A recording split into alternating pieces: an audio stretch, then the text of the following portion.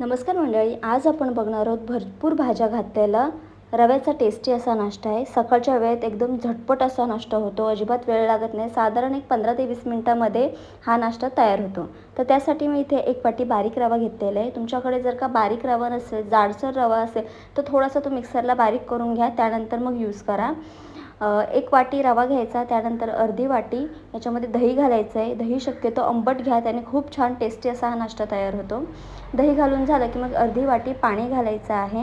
आता हे सगळं मिश्रण व्यवस्थित मिक्स करून घ्यायचं आहे।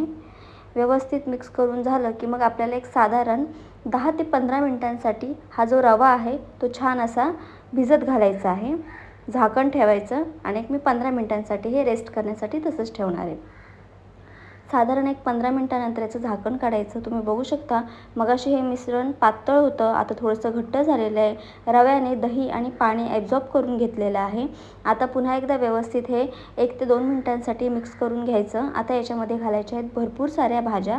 तर भाज्यांमध्ये मी इथे घेतलेला आहे बारीक चिरलेला कांदा, त्याचबरोबर बारीक चिरलेली हिरवी मिरची घेतलेली आहे, बारीक चिरलेलं टोमॅटो, बारीक चिरलेलं बीट आणि बारीक चिरून गाजर घेतलेलं आहे। भाज्या तुम्ही तुमच्या आवडीनुसार याच्यामध्ये ॲड करू शकता। बऱ्याचदा काय होतं, लहान मुलं भाजी खायला कंटाळा करतात, तर मग अशा वेळेस या नाश्त्यामध्ये तुम्ही ह्या भरपूर भाज्या घाला आणि हा एकदम पौष्टिक असा नाश्ता तुम्ही लहान मुलांनासुद्धा देऊ शकता।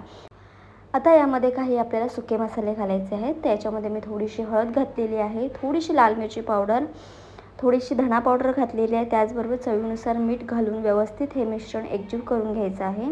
तुम्हाला याची टेस्ट जर का अजून वाढवायची असेल तर याच्यामध्ये तुम्ही ऑरेगॅनो किंवा चिली फ्लेक्ससुद्धा घालू शकता। माझ्याकडे आता अवेलेबल नव्हते त्यामुळे मी स्किप केलेलं आहे, तुमच्याकडे असेल तर नक्की घाला। आता हे सगळं मिश्रण व्यवस्थित मिक्स करून घ्यायचं आहे। यामध्ये मी थोडंसं पाणी घातलेलं आहे, कारण हे मिश्रण आपल्याला एकदम घट्ट ठेवायचं नाही आहे, थोडंसं सैलसर मिश्रण करायचं आहे।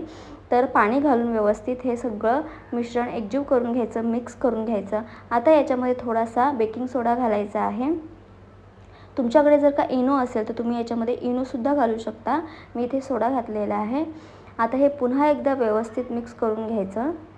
इकडे तवा गरम करून घेतलेला आहे। तवा छान गरम झाला की मग तेल सोडायचं तव्यावरती आणि पळीच्या सहाय्याने हे सगळं मिश्रण मधोमध ओतून घ्यायचं आहे। हलक्या हाताने आपल्याला हे मिश्रण पसरवून घ्यायचं आहे। छान असं पसरवून झालं की मग याच्यावरती ताट ठेवायचं आणि साधारण 1 ते 2 मिनिटांसाठी फक्त वाफ काढून घ्यायची आहे। 2 मिनिटांनंतर वाफ काढून झाली की मग याच्या कडेला आपल्याला तेल सोडून घ्यायचं आहे। एकदम कमी तेलामध्ये पौष्टिक असा हा नाश्ता तयार होतो। आता हा पलटी करून घ्यायचा आहे आणि दोन्ही साईडनी छान असा खमंग होईपर्यंत हे आपल्याला परतून घ्यायचं आहे। एकदम इझी रेसिपी आहे, सकाळी धावपळीच्या गडबडीमध्ये एकदम पटकन आणि झटपट होणारा असा हा नाश्ता आहे। तर छान असं हे भाजून घ्यायचं आहे। तुम्ही हे सॉससोबत खाऊ शकता किंवा खोबऱ्याच्या हिरव्या चटणीसोबतसुद्धा खाऊ शकता। तर नक्की ट्राय करा। व्हिडिओ आवडला असेल तर फॉलो करा। बाय।